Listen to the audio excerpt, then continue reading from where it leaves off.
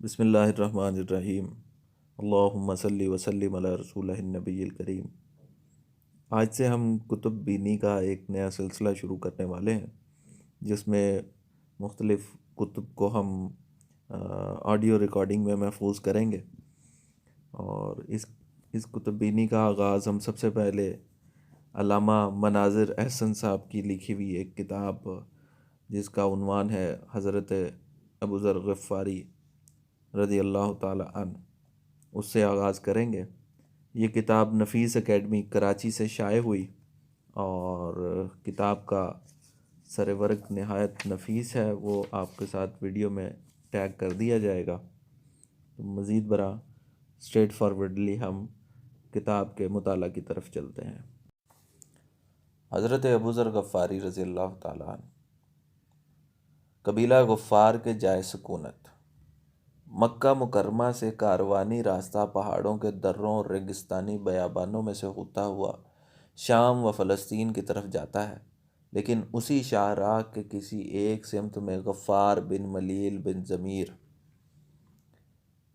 جو کنافی النسل عرب تھے، کی اولاد غفار کے نام سے بسی ہوئی تھی۔ عام طور پر اس لفظ کا تلفظ غین کے زبر اور فے کے تشدد کے ساتھ کیا جاتا ہے، جو غلط ہے۔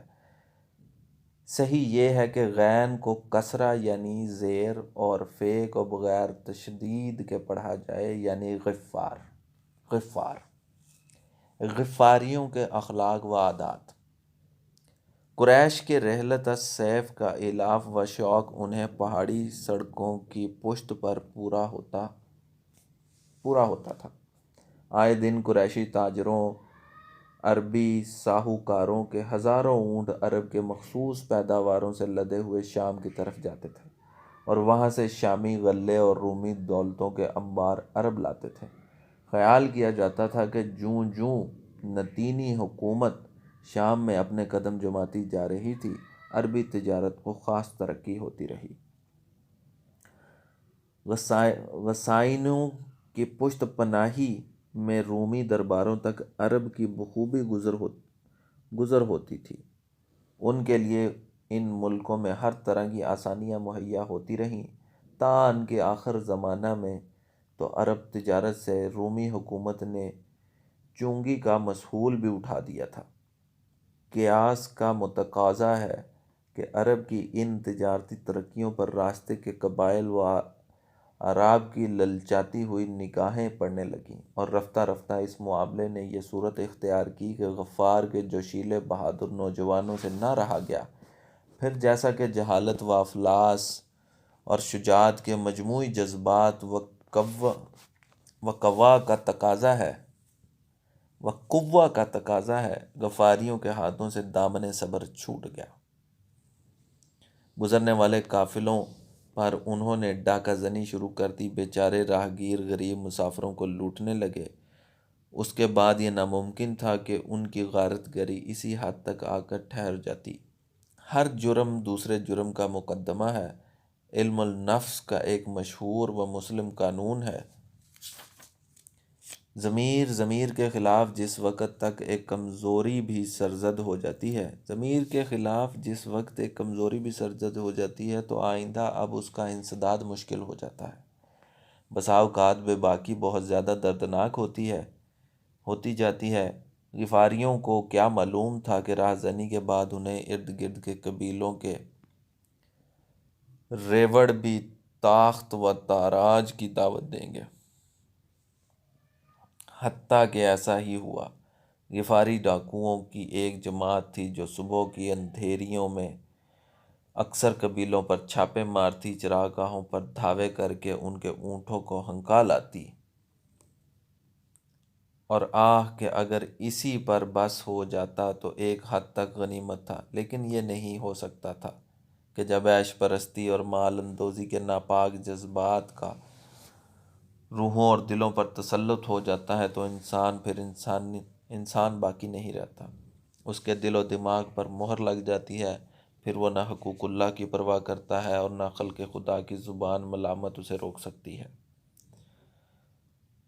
حرص و ہوا کے دیوتاؤں نے ہمیشہ روحانیت کی دیواروں کا معمورہ دل سے ڈھا کر برباد کیا ہے، حتیٰ کہ احساس عزت و خودداری بھی معطل ہو جاتے ہیں۔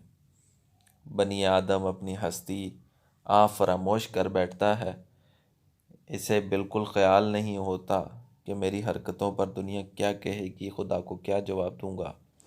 یہی بدحالی، یہی ابتری غفاریوں پر آخر میں طاری ہوئی کہ اب تک وہ جو کچھ بھی کر رہے تھے عرب کے لیے کوئی نئی بات نہ تھی، اور ایک حد تک ایام جاہلیت کے بین الاقوامی قانون کے اعتبار سے یہ امر چنداں شنیع بھی نہ تھا، لیکن اب ان کا قدم اور زیادہ تیز ہوا۔ یعنی اشہر حرم کی تعظیم و تکریم جو عرب اور تمام عرب کے نزدیک، خواہ وہ کسی صورت میں ہو، ایک مذہبی روایت، قومی خصوصیت کی شکل میں مسلم تھی، مگر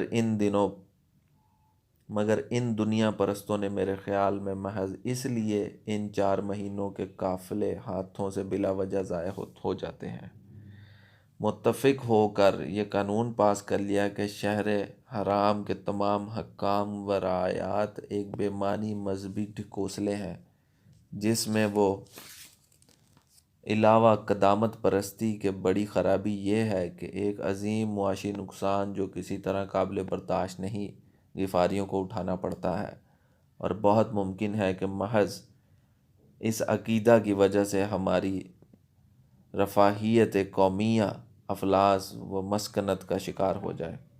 الغرض قبلہ غفار نے اشہر احرام کی حرمت کو حلال کر کے پھر وہ کھیل کھیلا کہ عرب کے سب سے بہادر قوم قریش بھی ان کی ترکتازیوں سے دبنے لگی۔ انہیں ہر موقع پر باوجود سید الاقوام ہونے کے ان کی رعایت کرنی پڑتی ہے۔ آپ کی ولادت اور نام و نسب، غفاریوں پر اسی قسم کے طغیان و تمرد کے بادل چھائے ہوئے تھے، لیکن عین انہی دنوں میں حناوہ بن کعب، سعیر بن الواقیہ بن سفیان بن حرام بن غفار کے گھر رملہ بنت ربیع کے بطن سے جو ایک غفاریہ خاتون تھی، وہ سعید لڑکا پیدا ہوا، جس سے زیادہ سچی زبان والے